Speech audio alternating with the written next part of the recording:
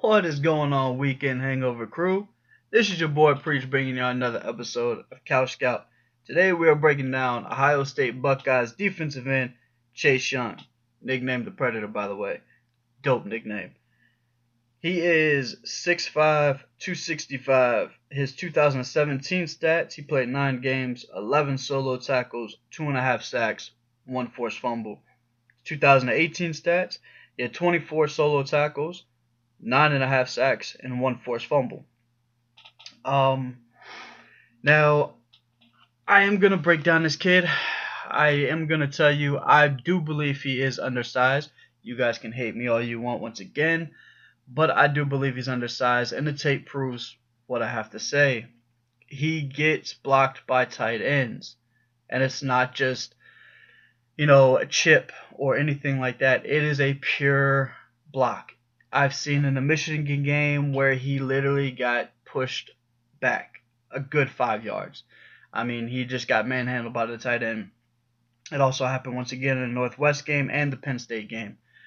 Now, I do not like that. I do not think my defensive end should be basically taken out of the play by a tight end.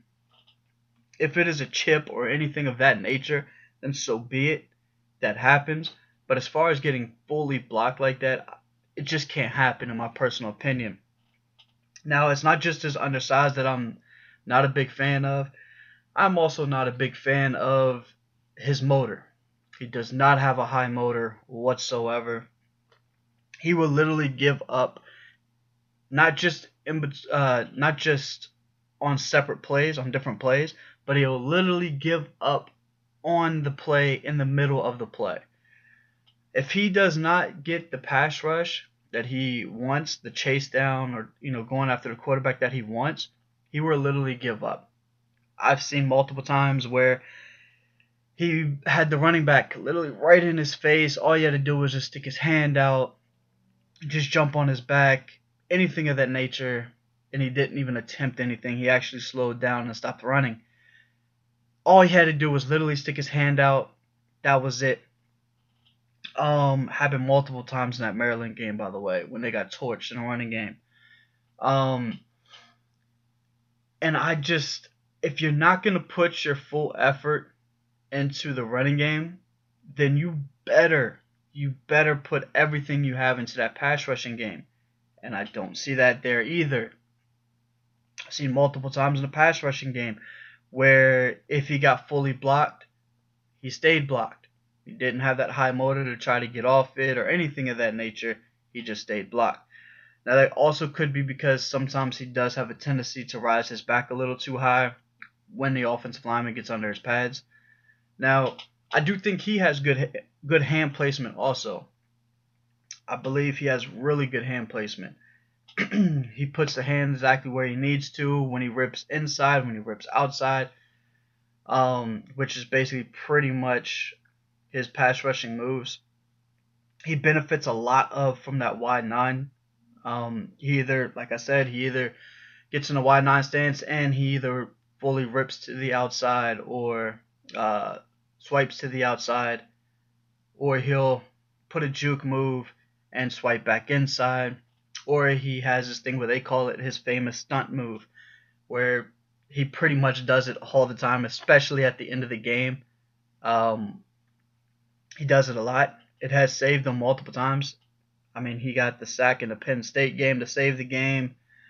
I believe he also did it again in the Northwestern game. He also did it in that one. I believe he also did it in the Michigan game also. Basically to steal the game for the sack. Now, I also seen some teams pay attention to that. And when he tried to use his stunt inside, he got leveled. I mean, completely leveled from the guard. But that was just a situation. Now, with the whole thing about this kid, personally, I've seen everywhere have him go in the first 5 rounds. I mean, the first 5 picks, somewhere in the first round. A lot of people have him as the number 1 edge rusher.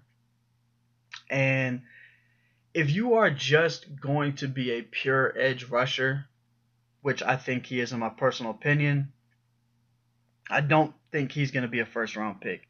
Basically, he's going to have to find a team that he's going to be able to benefit from in that wide nine situation, and only on certain pass rushing situations also. I think that's going to be a huge, basically, disappointment if the team takes him in the first couple of rounds. Now, do I think he can work on that? Possibly. I think this would be the time for him to do it while he's back in Ohio State. Work on that motor a little bit more. Don't give up on plays. At least show some type of effort. I mean, you guys are gonna see in the tape. He's putting no effort into it whatsoever. And if he just does a little more effort, I don't know if it's just he feels he can't chase somebody down, whatever. But one of the main things that I do think he needs to work on outside of the effort is his get off speed. Basically his first step, all that good stuff. He has a very, very slow get off. I've seen it multiple times where the defensive tackle and pretty much the whole line, offense and defensive line, are already in their, already up, already ready for a pass rush, and he was pretty much still in the ground. He was just getting up. I think that is a slow get off. It's not all the time, but man, if you're gonna have that slow of a get off trying to take a break in between plays, I think you're gonna get chewed out a lot. A lot of people hated on Clowney for doing it. And Clowney's get off wasn't that bad, where he's literally still in the ground and everyone else is up. So I do think he is gonna need a lot of things to work on. I hope he does work on it this year, because I do think he's got movement, he's got ability to go forward. It's just, is he going to take that step to go forward?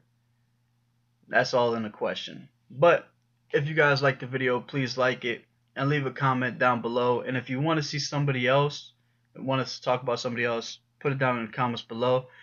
And hit the subscribe button to be a part of the Weekend Hangover crew. And until the next video, see ya.